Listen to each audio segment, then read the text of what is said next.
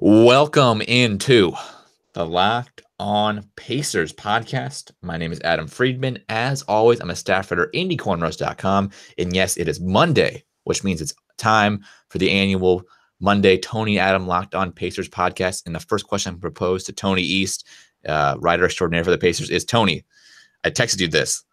When we did that podcast with Caitlin and Whitney, all four of us were pretty much down on the team. We called the glass half empty because we were like kind of being pessimists, put it that way. Well, since that moment, they haven't lost a game. Do we get credit for the reverse jinx or what? Maybe it's playing in the locker room like all the time. I mean, I didn't realize that. And they made the gray jerseys better. Another thing we complained about. I'm just saying. So if they win like 15 in a row, like at what point do we start really taking credit for this win? just saying. The franchise record is 10 regular season wins in a row. So if the only thing standing in their way is the Raptors. So yeah, they're gonna have 9 probably. If they beat the Raptors, they have like a cupcake schedule around it. So they actually don't have the worst shot at it ever. I mean, let's just pull up their schedule. So you take out the Toronto game on Wednesday, which we'll preview later. You got Washington, Atlanta, Detroit, Atlanta, Chicago, and then Toronto again next January 6th. So that could be 1, 2, 3, 4, 7, 8. That's 16 in a row they could get to. That's what someone tweeted at me and said 16 does not seem crazy. And I was like, no way. And then I looked, I was like, yeah, maybe. So yeah, I say late to 16. Yeah, imagine that. Imagine that's what happens. They lose on December 1st and then win every game the rest of the month.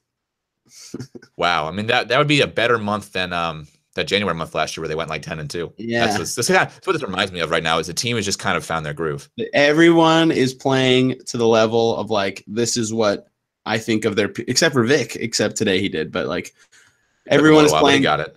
Yeah. Everyone is playing now to the level. I'm like, okay, this is what I think. When I think of the best version of this player, it's this. And they're all doing it at the same time, except for Darren Collison. Well, I think we should start with Vic. Let's do it. We're gonna do a positive podcast. So Vic, first 2 games, he wasn't bad. That's not the right way to put it. He was adjusting it. Yeah, or trying to figure out how to get back into acclimated with the team. You know, next game he finally has his explosion, 26 points.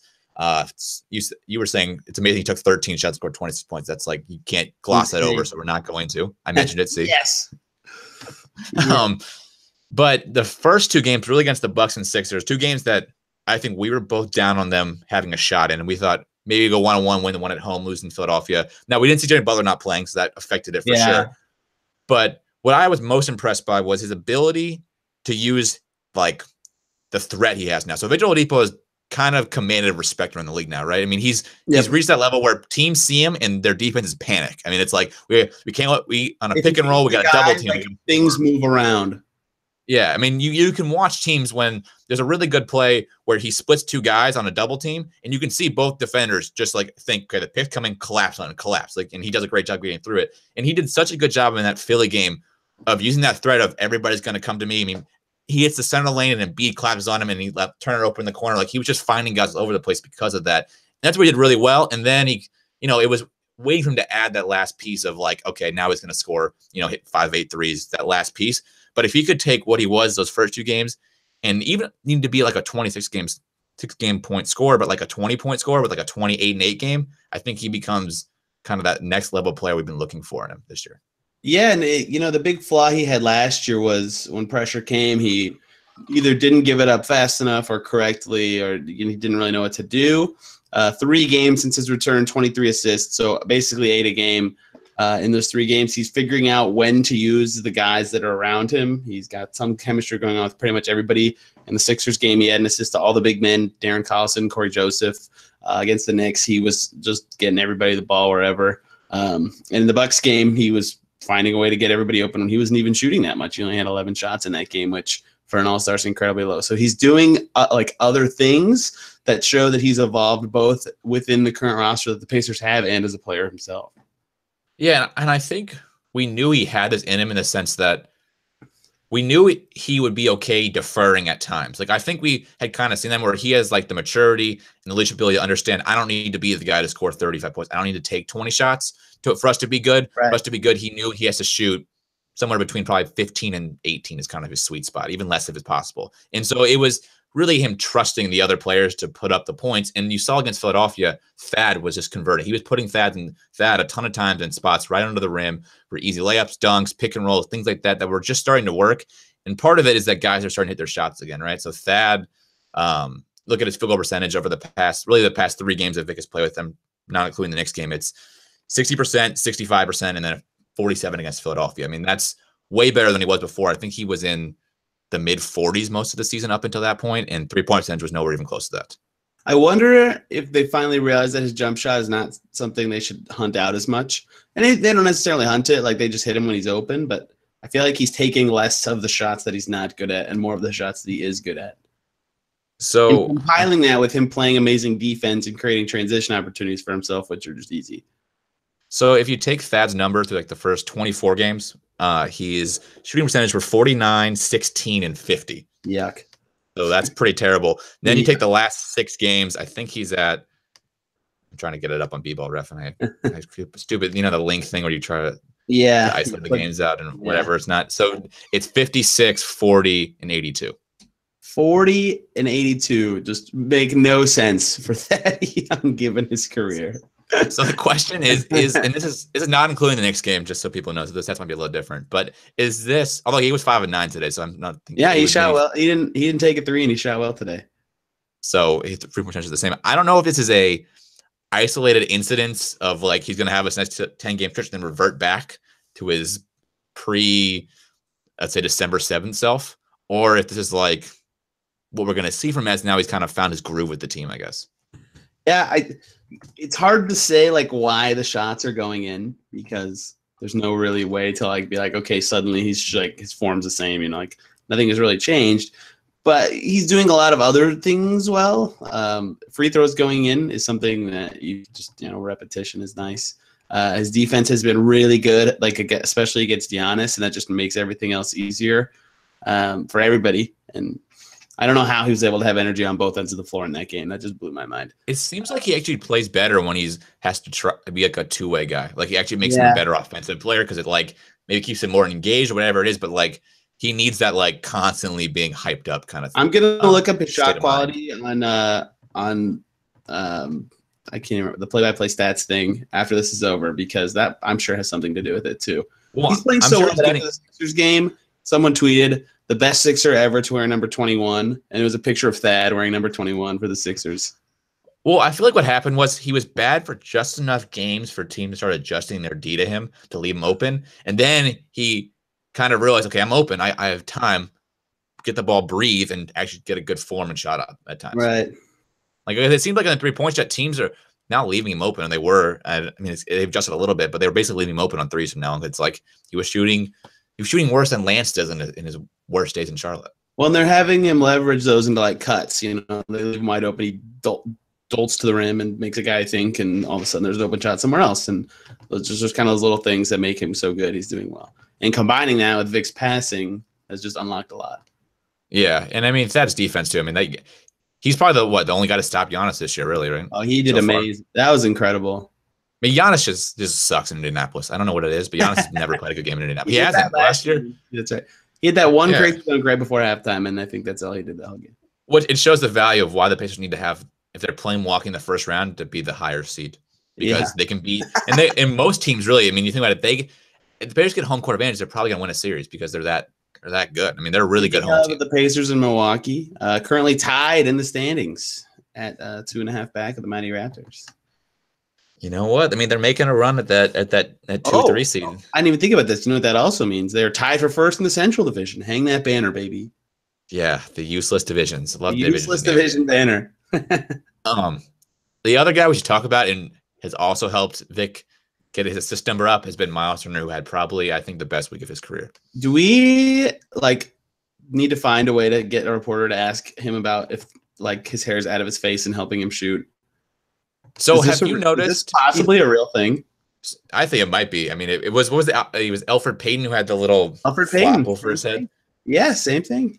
So if you notice with Turner is that he puts most of the dreads into a bun, and then throughout the game some slowly fall out, and he ends up with more and more on his face. He just kind of does in the Knicks game. Where I think he had most of them up. Maybe he had a couple loose ones. But then like more and more would fall out, and it was just kind of funny. And yeah, I don't know if it's a correlation between dreads and being able to shoot and see, or whether it's just finally he's hit his groove. Yeah, I can't do math. 63 shots in the 4 games last week. Like, where did that come from? I mean, the weirdest one is that Bucks game where he took 22 shots and Vic took like 11. I'm going to pause on that. 4 of those shots were on 1 possession. So okay, but it was really like he was 9 of 18. But Vic took 11, which is like the flipping of them basically in a box score. Yeah, but yeah, he took 63 shots and made whatever 23 plus he made in the Knicks game. He made 33 of them. That's dang good. His 3 was going in. 2, oh my gosh, I can't do math quickly today. I don't feel great, and it's hard to do on the fly math. So what is give me your best guess at 4 plus 11? That's 15. Yeah, yeah. This is embarrassing. I'm putting math in my head, so give me some numbers. He was 9 for 15 on threes in that stretch. There it is. That took me. That's 60%. That's 60%. That's impressive. And like that, he played good D too to go with it, which just made him super impactful the whole time. Besides Embiid putting him in a blender and making him foul 5 times in a very limited amount of time, he was very, very good against these teams. Two of them are efficient against Embiid. He only took 6 shots. Yeah, He's efficient. Right, he was efficient. 2 of them were threes. He made them both. Yeah. Yeah, the D was amazing, especially against Washington. And he bailed out a few of the times Giannis actually did get by to the rim. And then against the Knicks tonight, another good defensive game, including an insane stretch where he had 2 blocks in about 5 seconds. So yeah, he is like he's not gonna remain this good, I don't think. But like this is what when we on this show talk about like Miles Turner's potential and his ceiling, it's like this is it. If he plays, so if the next. What do they have left? They've got 52 games left. So if 3 out of 4 rest of the game, so another, doing math in my head real fast, like 30. If 36 in the 52 games, he scores 20 or more points and has kind of the same stat line he's had for 3 of the 4 games this week. Is he an all-star level player? And does he become right? He's close. And then does that make him? All-stars are a joke, so he's got a decent shot. Does that make him arguably one of the most like effective players on the court when he plays because he gets such an impact on both ends of the floor? Does that make him like one of the best 2-way players in the league? So PIPM is my favorite impact stat. I know no one else. What does that stand for? So people don't. Player impact plus minus. Okay. He's first in the league on defense, in defensive impact plus minus. I had just passed Rudy Gobert today and Robert Covington. So first place defender, Miles Turner. His offensive one is not as good, and that reflects how he's been in the only part of the season. But the last 4 games, like you said, is where he's finally put all the two-way stuff together, including some solid passing, which he's very limited in that variety. His screen setting's good. The pick and pop session he had with Darren Collison, where they reviewed ways to get him open, seemed to be really helping him jolt to the right spaces. And his post game has been fine. I mean, just everything is working for him all at the same time, and it's incredible. I mean, if you look at his stats since the injury, he's put up. Well, I guess he had a couple games, but basically double-digit points for all but 3 of those games. So it's like that's a 10-game stretch, and he really is like had some good numbers, like an 18-point game, couple 16-point games in there. Like, I guess in hindsight, you could sort of see him building to this. Holy moly! Okay, before this Knicks game, since Vic's injury, 48.3% from 3. Yeah, wow. I mean, I honestly think when he's playing, when he has that ability to stretch the floor. And his defensive impact, he is maybe their best player at times. Vic is like he's close to being their best player on the court. Vic is close. I mean, Vic's the best player, but like he could be in that very instant the best player on the court. Yeah, he was. It's hard for me to say that because everybody is playing so good, but I think you have to lean that way when he's on the court. He's been the best player. He had massive plus-minus games in this stretch of last week, plus 16 and an 8-point win against the Wizards. Being the headliner of that for me, they were a minus team when he didn't play in that game. He was huge for their success. It was crazy. Yeah, he got to play 38 minutes. I don't think he's ever played 38 minutes in his career. Win. Who had that game being the game? Darren Collison and Miles Turner finally were like, all right, we're gonna win this game for the team. Collison does that though sometimes. He does kind of just win games. One game a week where it's like we need him on the floor. Yeah. The other thing with Turner though to think about is. I think you would have said the same thing about Vic last year where, oh, we can't sustain this for over, a 40, 50 game stretch. Like, he's great, but he can't. So maybe he's turned a corner. I mean, only time will tell, but I guess the matchups coming up are favorable. And most of them are. I mean, most of his league is now, he's got pretty favorable matchups in general because they have a cakewalk of a December schedule. Yeah, I mean, we were talking about them winning 8 in a row. I mean, besides the Toronto game, he gets to play Cleveland, Brooklyn, Washington, Atlanta, Detroit, Chicago. I mean, all those teams he could. Let's see, he's already Detroit inevitably is the game that everyone will cry out for his head when Drummond gets 70 rebounds. But yeah, but besides that, I mean, he's already had a signature game against Chicago where he won the game on a block. I'm not sure he did against Atlanta last time. He destroyed Washington already. Brooklyn and Cleveland are cakewalks. I mean, he should. The question's going to be is, can he bring that same level against Toronto? And then when they play Boston in January, those are like the 2 games, and then they play Philly again a month from now. Like, those are the kind of 3 games where if he can bring the level he's at to one of those games, he puts himself on the map as like, okay, this guy might be a legit all-star, guy to watch, could be the impactful player in the playoffs. Yes, he needs it on like a big stage game. You're right. Yeah, I mean, Vic. When did Vic become Vic? I would say those Boston games in February, it really kind of cemented him as, okay, this guy is legit, like one of the best 20 guys on the court. He became Vic to Pacers people in that Nuggets game, and then Vic became Vic to everyone against the Celtics. Yeah, that Celtics game, it was on ESPN if I remember right. Like, he had 35 or 38 points, something ridiculous like that, and he was just like, it was like right before the All-Star game, and it was like kind of the coronation of like, this guy is the top 20 NBA player. Now, is he better than that? We'll find out, but he's really good. And the one thing to say about Turner, he does have the playoff experience. So when he gets to the playoffs, he theoretically shouldn't be as tight because he's played in it before. He is somewhat easier to manipulate in the playoffs given his limitations of speed. But yeah, I think has he been in it every year of his career or all but the first year? They made all 4. They made all 4 years of his career. He's got some pedigree. Or all 3. This is his 4th year. Sorry, yeah, it will be all 4. It will be all 4. They're 20-10. The current 8 seed in the East has a losing record. The current 7 seed in the East has a losing record. So I don't think playoffs is even a question anymore. Yeah. Now the question is, and this is kind of what we should end this segment before we do game previews, is they're 20-10. They're tied for the 2 seed. Is it realistic to think this team could be the 2nd or 3rd seed in the East, or is this 8-game stretch just like teams get hot and cold? This is like this is the really great month, and then they'll have a okay January. Maybe they'll get it back there, but Boston is lurking, waiting to have kind of that run. It finally got good. Yeah. Philly and Milwaukee already had their run, so maybe they're going to kind of cool off a little bit. In terms of plus minus, they're 4th. Philly is, I think, is a little bit fake in terms of, I guess you got to add Butler now, so their plus minus is different, but they basically, I mean, I think their expected win loss for Philly is like 18-13 instead of 20-11. The Pacers is the other way, where it's like should be 21-9. So I don't know if they're sort of like actually this is what they are, or whether they're playing kind of, they're in their hot streak and eventually they'll cool off.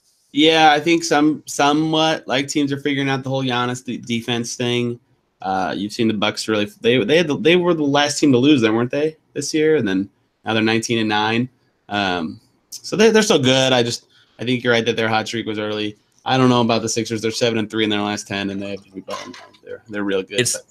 It does seem like to me, one, you can see the class of Boston or Toronto, but I think Toronto's going to also come back to the pack a little bit, and you end up seeing this really crazy 5-way race for that top seed. Actually, I think Toronto's real good. No, I think they're really good too. But if you notice, they're really good. But they are kind of coming. They are. I mean, at one point, were they 13-2 or 15-2? They were something ridiculous. Right now they're 23-8. Wise missed like 7 games. Yeah, that's true. He has. I know that only because he's on my fantasy team. It annoyed me for going on 2 weeks now.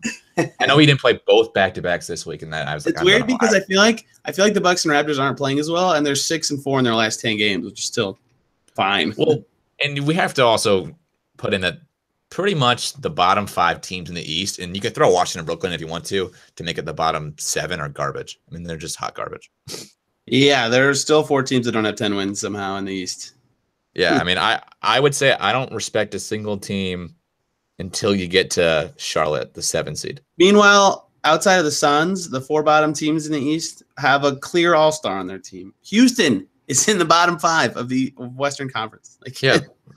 From the 1 to 14 is 6.5 games apart. From the 1 to 14 is 15.5 games apart in the East. I mean, that's the difference. But I think there is a class. The top 5 in the East, I think, are arguably as good as the non-Golden State class in the West. Getting a top 3 seed to not be in that 4-5 game is the whole season goal. Yeah, because you can draw Detroit in that first round. I mean, I think the goal is the 2 seed ultimately, because that way you can get a second round home series, and that could. I mean, that's where this team is in the playoffs. Banker's Life is a hard place to play. LeBron hated playing Banker's Life. He was notorious for saying he hated playing there. That's why he always set out games when they played in Indiana the regular season. 14-3 against the Eastern Conference. That's crazy. Yeah, and like think about it. If the Bucks are the 3 seed and they're the 2 seed. I mean, Giannis has been terrible in Indiana, so I mean that's also another thing that could be the matchup. Like, I think ultimately though, I mean Boston's going to come out and get I think a top 3 seed, but yeah, I think they have a shot at the 3 seed. I think Pacers legitimately have a shot at being as good as Philly or Milwaukee. Yeah, they're right there right now. They're ahead of Philly right now and right with Milwaukee. Yeah, let's take a like I hate to think this way, but like say Giannis misses 10 games, what do the Bucks go? 2-8, 3-7? Yeah, I guess are we assuming Vic's not going to miss any more games? No, I'm not saying that, but they just went 7-4. They just went 7-4 without him.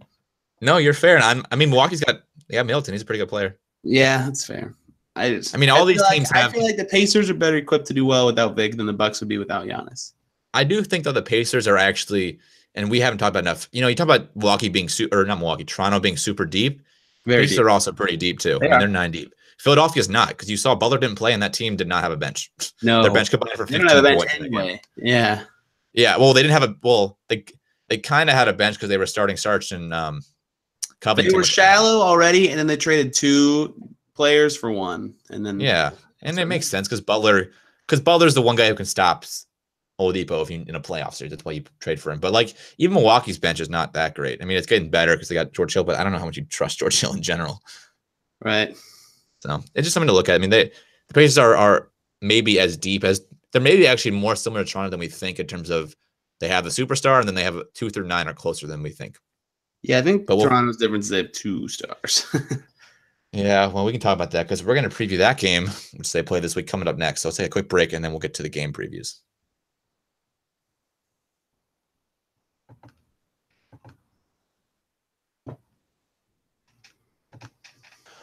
Welcome back into the Locked On Pacers podcast.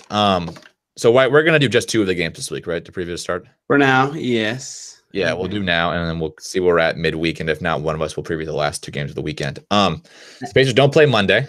Get the day off, fortunately, because they have a nice rare Monday off.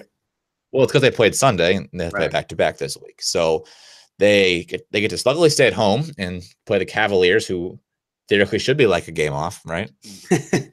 You know, I was walking into this trying to figure out a good lead. I was going to go with, do we have to talk about the Cavs?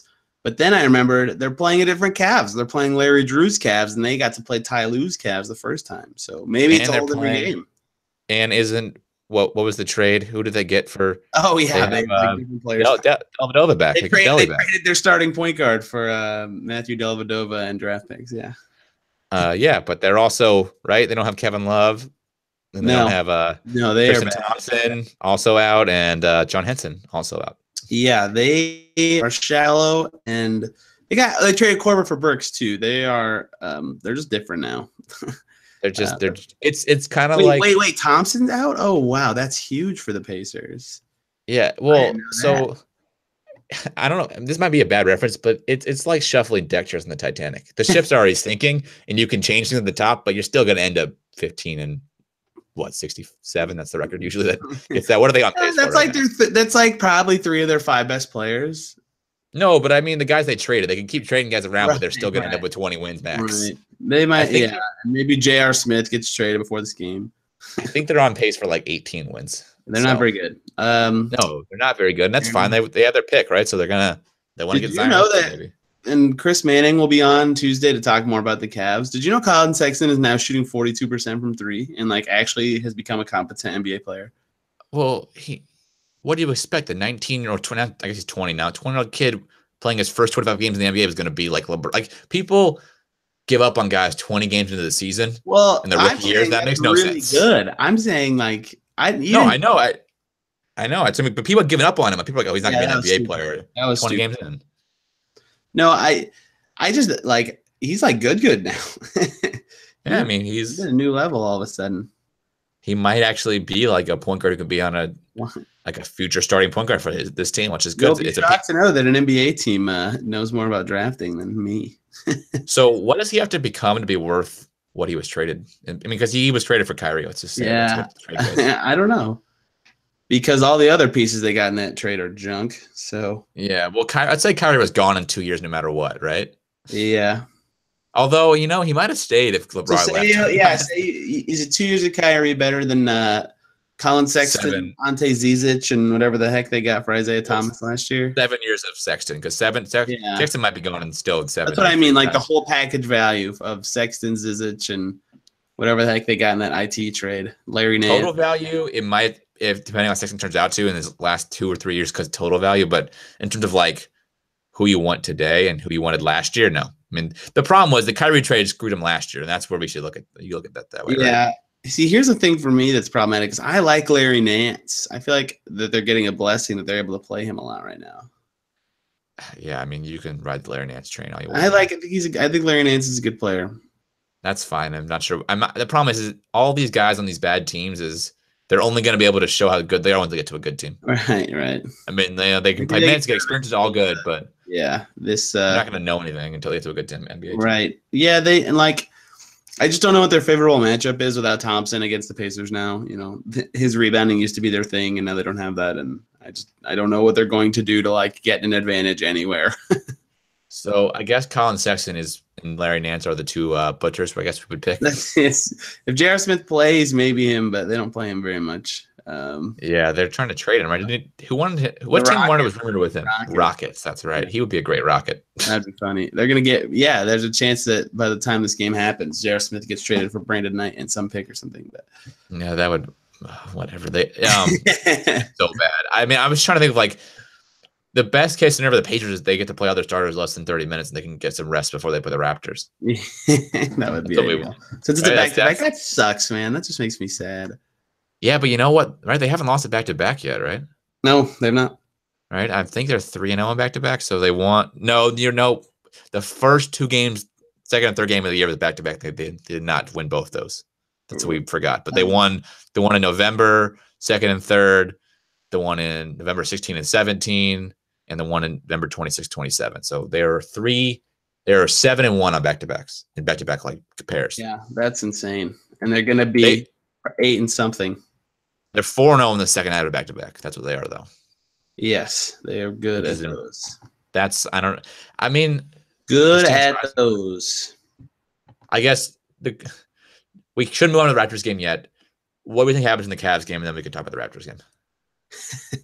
I almost jumped the gun. I want to talk about Kawhi. I just can't do it yet. Well, they already beat the Cavs, but it's like a different team. That's why I tried to start with that lead. But it kind of matters. They just have a lot of inefficient guys that are kind of easy to defend. You just kind of corral Jordan Clarkson and Rodney Hood into shooting an 18-footer, and then they do it. Or you force Cedi Osman to try to take over a game, and he's shooting 36% this year.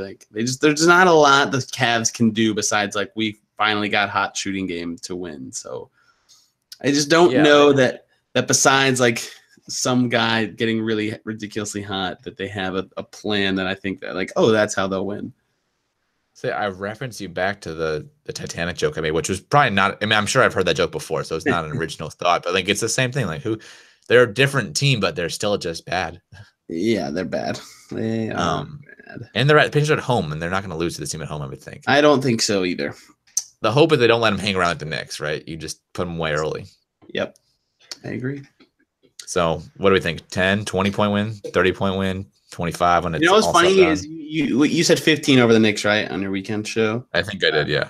And the whole game, they were scrapping and clawing with a 4 to 6 point lead. I was like, dang it, Adam, what the heck? And then they won by 11, and you looked brilliant. So I'll listen to you here. Yeah, 10 to 20, sure. I'll go with 12. 12, all right. I think 18 is the right number. Now it's going to be 16 or 17. Let's put it this way. What's the max lead they have in this game? Oh, man, over 20 probably, yeah. I think closer. I think 30. I mean, they won by 12 on the road the first time without Tyreek, who actually was playing good at the beginning of the year. So, yeah, is Tyreek? What's the deal with Tyreek? I guess I don't know. What they say, sore knee or something? Yeah, that sounds right. Let's pull up his Roto World real quick, and then Yeah, you're going to be on the Roto World. I don't know what it is. I agree. I think they win. And in terms of X factors, anyone. I feel like if you would be, most guys have a matchup advantage over the guy they're going to be playing. But as you name all those center injuries, I want to say that currently like Chetty Osman plays the 4 a little bit, and like Nawaba plays the 4, and Zizic is their backup center. Like Channing Frye has been starting a little bit. Like Sabonis against any of these backup bigs could just be ridiculous. So it's a right knee with Tyreek. And do you want to give your take on it real quick? I know we had talked about it. We just kind of Tyreek, he's just been playing real bad, and I don't think he'll continue to be this bad because there's no reason for me to think that is the case. But if Holiday can continue to come in and supply 80% of what he does, I don't think you trade Tyreek because you need depth, and having good players in the playoffs is important. And rookies can be bad all of a sudden. But I think you have to try to get Holiday some of those development minutes if he can continue to be close. But like, I think Tyreek is better, and I'd rather play Tyreek myself. Yeah, but I hear your argument in favor of Holiday there. Yeah, I think it's what he gives you probably 80% of what, maybe 75% of what Tyreek is for a 15% of the cost. So he makes $2 million. Tyreek makes 14. And much more important development. Yeah. Yeah, and a much more important piece in your long-term outlook. And ultimately, I mean, I think Tyreek gets traded. I mean, he's the one piece where you could move him, and I don't think anyone in the roster is going to be concerned or annoyed or mad, because there's kind of this fragile chemistry building, and they've kind of welcomed in McDermott. I think Evans is still kind of on the outside of the circle. What was his saying? He's not used to running this many plays. That made me laugh, but yeah, he's not a good fit for McMillan's coaching style too. And that was evident when he got suspended for a game. I mean, the man, he has to, McMillan expects a certain level of intensity in practices. And I don't think Evans had to play that way in a while, because I think he's been on really bad teams, which is, bad teams develop bad habits. And he's had to kind of be the guy on those teams. And so he's been kind of used to being like, oh, I'm the 20-point a game guy on a really bad team, so nobody can talk to me. And now he's on a team where he can't do that. Yeah, and like the shot's not falling is what it is. Like some of them are bad, but none of them are like, why'd you shoot that bad? Well, why can't he finish at the rim? I mean, I just can't figure that. Why can't he finish at the rim is so mind-blowing to me. To me, though, where I see it the most with the sets is like when he cuts, it's either not like a straight line cut or it's kind of slower. He doesn't really see the point of it. And like he has to run hard, cut hard. Good stuff. Yeah, I mean, if you learn anything over the past couple of games, it's the sets pitchers are running have all of a sudden turned into like really interesting third, like hockey assist kind of points. I mean, around if nothing works, now you have Victor Oladipo to battering ram a pick and roll at you. Yeah, but like, I mean, the amount of, I feel like hockey assists they've had where like they hit Sabonis or Turner or Young at the top of the key, and that guy kicked it immediately to a guy at the rim who's cutting is like, I mean, would love to look at the stats on it at some point, but it's something I just started to notice watching enough of the games. And like that quick hockey assist to the rim has been constantly happening for them, and it's something you get when you have guys who have good chemistry and play together for so long and starting to understand each other. And Evans doesn't quite fit into that yet. Yeah, not yet. Bring back Lance. Okay, you do that on your own. He's playing good. He was playing well this weekend. I'm sure he was fantastic. They have had their goal is 25 assists every game. They've had 22 or more since I think every game since the start of November. Oh no, every game since Houston on 11-11. They've had 22 or more. So that's crazy. That's over a month of good passing. And maybe that's why they won 8 in a row. Yeah, 7. 7 in a row. No, it's 8. Isn't 8 now? It's 7 right now. It's 7 right now, and their last team to beat is the Kings. Yeah, and I marked in the Cavs game. I can't wait for them to lose to the Cavs, and we just look like complete idiots. You know who they might actually lose to that we should take a break and talk about, Adam? It's the Raptors. Let's take a quick break. All right.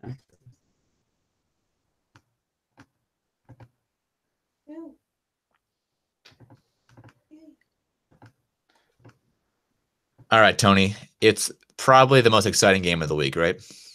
Yeah, absolutely. They've already played all the other teams they played too. So it's like there's intrigue of a new opponent. They're the first place in the conference. They have the best player in the conference. They're only 2.5 games back at first place. So if they beat the Raptors, they could. There's just so much like storylines, intrigue, good stuff. Yeah, I'm excited. The Raptors are a hoot.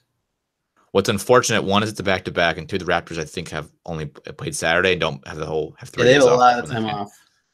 And this is the team that is deep, and so if they have time off, they played to. They're playing right now against Denver. It might be over. They lost.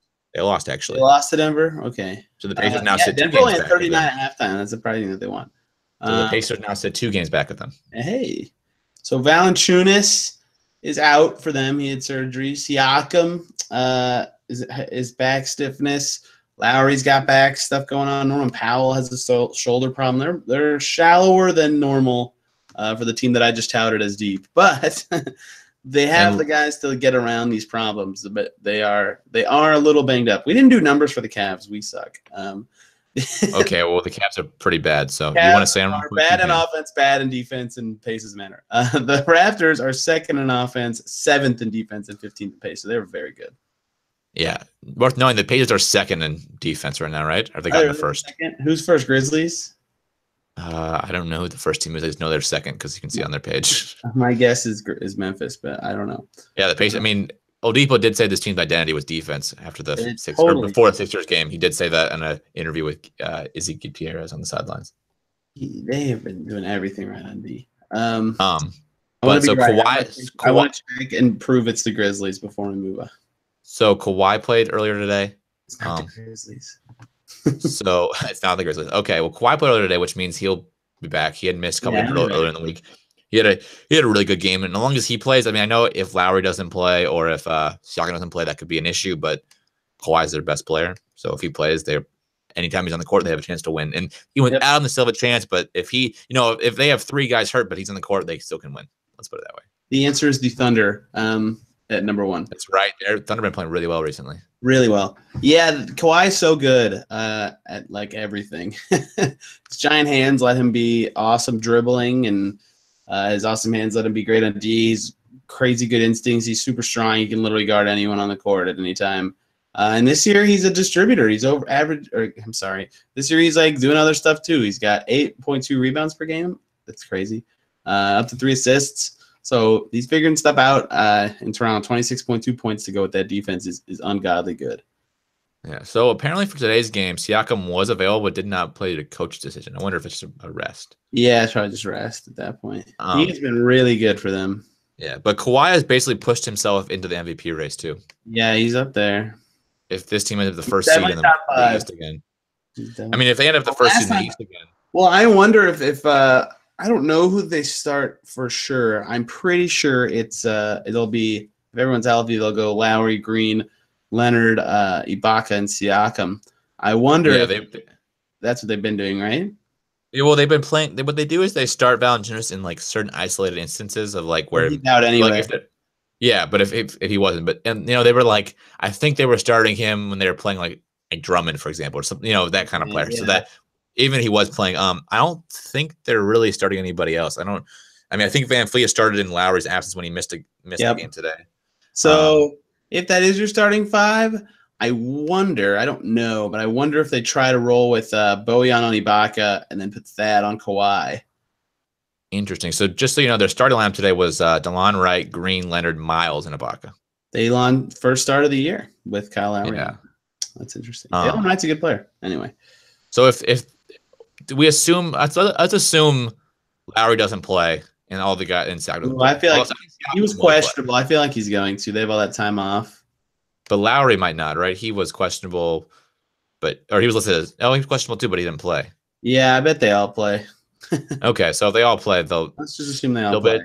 I assume they all play. It'll be a tough team to beat. Let's put it that way. They are good. Yeah, they got Danny Green and Kawhi out of that DeRozan trade, which is crazy.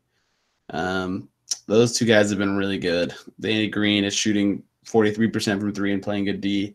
Gonna make a big slide. The Spurs just gave up Danny Green. I know. Who's it? Like hates him. The reason that this new Raptors team, I think, is just a matchup nightmare for the Pacers is the 2 best shot creators in the starting lineup, Bojan and Vic, are going to be guarded by Danny Green and Kawhi Leonard. Like, that is an impossible task. Yeah, but you know who the antidote to that is, right? Sabonis. Or Ponytail Miles. Ponytail Miles. It's center. It is centers, though. You're right. The trouble is Siakam and I guess Ibaka more so by reputation than actually. Ibaka's not been a great defender over the Yeah, past years. Siakam has, but Ibaka's used to just be this block machine. Now he's not as good on D. So maybe the hole is whoever Ibaka's guarding, make that be the screener when you're set. Oh, I think they're gonna run the Miles Turner Oladipo pick and roll to death. If I had to put it, or Sabonis, whoever's in. And by virtue of Valanciunas being out, they might go with Greg Monroe, but he doesn't play that often for them. Their backup center spot isn't great, and they can get Sabonis to do well there. Except, yeah, I could see that. The thing you notice too is on the other side of the floor, the Pacers match up pretty well with everybody but Kawhi, and if they pretty much are able to hold CJ Miles from the crazy 3-point game or Danny Green from the crazy 3-point game, pretty much Kawhi's going to have to put the team on the back and win the game, which he can do, but it's relying on him to do that, and I don't know. Sometimes he's not able to do that all the time. He's nasty. Even if he can, even like do what Embiid did, he could still lose if he puts up 40 points. I'm such a big Kawhi fan. I think the issue will be the bench too. I mean, that's going to be the bench is really good. Van Vliet's really good.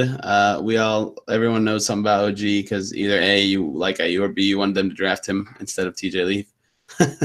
Deion Wright and Norm Powell, and of course, as everyone knows, CJ Miles, all good players too. Like they just have so many solid NBA players that don't even start for their team. Yeah, and I think if Holiday has to play some minutes, the rookie might get beat around a little bit. Hopefully Tyreek can go. I mean, even this too, like it's harder to see this, but I think Tyreek's much better on defense than Aaron Holiday right now. Yeah, no, I kind of noted that from the past couple during their win streak. It's Tyreek's. I mean, he's been kind of a crap offensive player, but he's been a decent defender. I mean, I think he was averaging 2 or 3 steals a game, and over that stretch, like he was making plays. Like if you watch, he's out there and he's okay because he's like 4'6'5", and he shovels his feet well enough to stay in front of guys on the catch. Where Holiday's a rookie, like oh god, these NBA guys are so fast. And he's just like a bigger dude as well. I mean, he's like a 6'6". I don't know what his wingspan is, but it's definitely longer than Holiday's. And he has a better understanding of how to play defense because he's been in the league longer too. Yeah, so I think bigs I think their rebounding isn't amazing. Maybe I'm wrong because they play such good D. They force a lot of misses. I bet. Never mind. Yeah, they're third in rebounding. I take that back. What are the Pacers? I have said this wrong. I'm sorry. They are 26th in defensive rebound rate. Okay, I'm feeling better now. They're third in defensive rebounds per game because they force a lot of misses, but they're 26th in defensive rebound rate.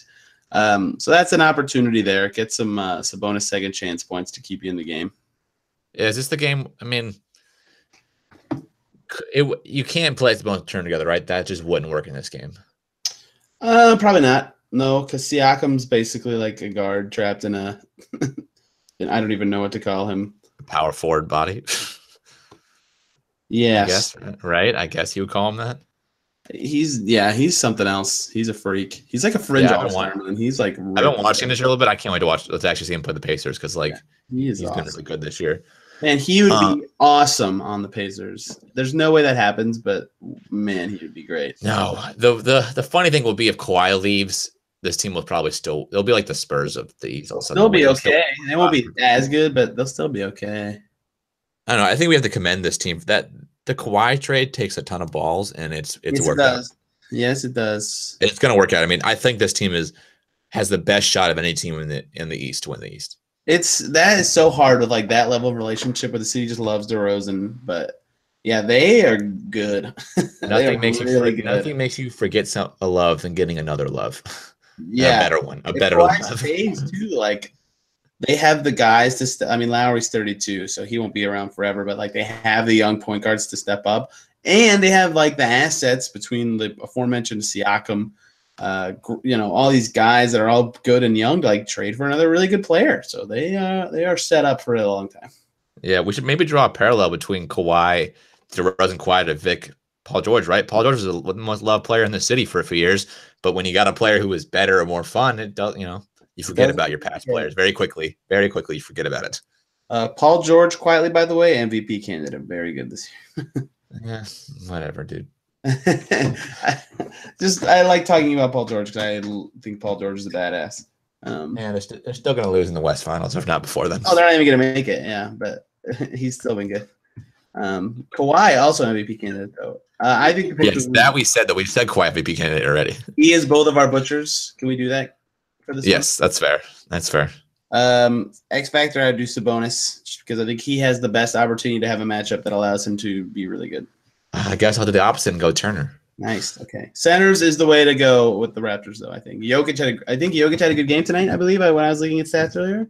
Yeah, he had 26 points on 11-19 shooting. All right, Turner had a very similar stat line against the Knicks today. So yep, that's what I thought. The centers is the way to beat the Raptors. So I am with you there. But I still think the Raptors win.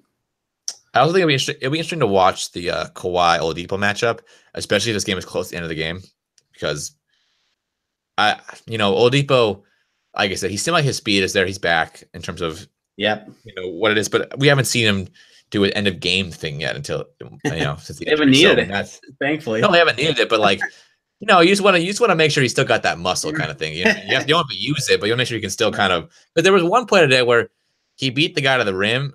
But I think he got fouled, so that's why he didn't make the shot. But like he didn't finish. Like, he got the ball in the glass and didn't finish. And I thought that was odd. Usually, even through contact, he finishes those shots. So, but it could have been an isolated moment that he might do those anyways. I just noticed it as like a single moment in the game. Right. Yeah, this will be a fun game. I'm excited. I'm excited to watch the Raptors more. I've only seen them 2 or 3 times this year. Yeah, I think this could be as exciting as the Pacers Celtics game. Yes, I agree. That was a great. I mean, the Pacers have really. You watch that Philly game too. The Pacers play like playoff level games against good team. Like it's like legit. Like both teams really want to win. The Pacers make the other team want to win. Like it's fun. Maybe it's fun to watch this team win. 2 of the most beloved stars in the NBA. Is Oladipo really becoming one of the most beloved stars in the NBA? I only say that as I was thinking of this before I said that. Maybe I said it wrong, but like I don't feel like anyone dislikes either of them. Well, Spurs hate Kawhi. Spurs fans. Well, that's because they're caught up in their own feelings of but Spurs fans. I mean, their doctors diagnosed him differently than other dudes. Like, get over it. Even Magic fans don't hate Oladipo. They hate their front office more than they hate him. Yeah, exactly. That's all I'm saying. I think you're right. They're both 2 stars who are like. There's a lot of ill will by one because just Kawhi built so much up by beating LeBron that it's like everybody loves him for that. Exactly. You writing anything besides your Vic thing? That's probably right this week. I'll be out hopefully Monday or Tuesday. It might be something from the Raptors game or whatnot. I think I'm excited for the Raptors game. Me too. It's like the most. I was pretty excited for the Bucks and the Philly game back to back. But like the East is so bad that like I just can't wait for Pacers to play good teams, especially if they can see the playoffs, see how they match up because. I don't know. I expect them to pretty much beat any team in the East that's not the top 4, one of those top 4 teams. Like they shouldn't lose anybody else, and they do sometimes. That's what happens. But like, I get excited to watch them play the Knicks, but like, I just know they're gonna win. And I don't know. I can't get it. I get like much more hyped for the Raptors than I would any kind of other regular NBA game they would play this year. Yep, I agree. Because they're the 1 seed. Are you writing anything? I'm writing about what makes their defense really so good, and I'm writing about Tyreek's struggles. And other than that, I don't know. I'll try to get more than that up, obviously. Yeah, Tony writes a lot, so I'm sure there'll be more. Tony is a high vol. It produces a lot of content a lot of the time. My story for the paper, if anyone reads that, is about veteran leadership and how the dudes are all the veterans are stepping up without and now with Oladipo. Yeah, I mean, like you harp on the point a lot. It's this team. Everybody's playing their best basketball at this moment. Yes. And it's incredible to watch. Glorious. Yeah. All right. I don't think I got anything else. Anything else you want to rant on or rave on with the Pacers? Ooh. Our end of show ramblings. There might be something else left. Yeah. Oh, Marina has got something maybe. Yeah, no, she's not gonna move from her on the bed that she's sitting on right now. Don't invite me to. Well, Wow. we're almost done, Marina. It's just you come on another time this week. Oh, geez. Yeah, I think it'll be a fun week. I'm excited about all the opponents. Yeah, I'm pretty excited for the Raptors game. I'm I excited. think the only other point I had was that I thought as a Syracuse fan, I can say this: the zone is the dumbest thing on earth. Oh, God. In the NBA, it doesn't work. In college, you can find a way to get away with it because dudes don't shoot as well. Like the Pacers were just like, okay, we're just going to throw it to Doug McDermott wide open in the corner and score. Like that made no sense. Well, and in college it works, but it makes basketball not fun to watch. It's so slow. Oh my God. I mean, watching Syracuse basketball is the most painful way to watch basketball. Every game's like 51-58. Well, people ask me, "Oh, why are you Winter Series. Why are you a professional basketball fan over a college sport fan? I'm like, because the professional game, the players are actually like playing at a certain level as it's meant to be played. In college, even in football and basketball, it's like amateur hour half the time because the coaches can kind of manipulate the game to win. Like coaches dominate in college, players, individuals dominate in professional. I don't watch football that much, but I like the NFL so much more than NCAA football just because like when I watch a college football game, it drives me crazy when there's a really well executed play and then the quarterback just misses the receiver who's like, why? I'm like, what? That was awful. Well, and in college, it's so unequal because of the recruiting and Yeah. coaches. I mean, you saw it with like Chip Kelly, like a certain coach can just develop a scheme that's ahead of everybody else and just kick a team's butt. In the NFL, you don't really have like a three. You can't have this scheme that makes you win for 3 to 5 years. You have to keep constantly changing and updating because the other coaches can compete with you and the players are just better. If you don't have the talent, you can't win. It's so frustrating. And same in college basketball where like it's all about the coaches. And I'm a player's person, not a coach's person. Let's put it that way. Right. So I love individual talent. I love the player sort of just like being able to rise above it. Like LeBron had a coach for like 5 years. Didn't matter. He's the best player on the court still. He can do it. He'll just win himself. Yeah. He's something else. I got nothing else though. That's what I wanted to talk about. Yeah, that's fair. That's all. I guess that's all we got for his Locked On Pacers podcast. As always, we will be back this week. I think we're gonna start doing weekend podcasts. We'll see how that goes. It's a little easier for the schedule, and Pacers play a lot of Saturday, Sunday games. At least Sunday games coming up, so it's kind of good to get a preview for the Sunday game. Give us your thoughts on those. Those are pretty much doing a little bit lower than our normal podcast numbers, but I don't know. They might be able to catch up if we kind of promote them better. So look for a Saturday podcast this week.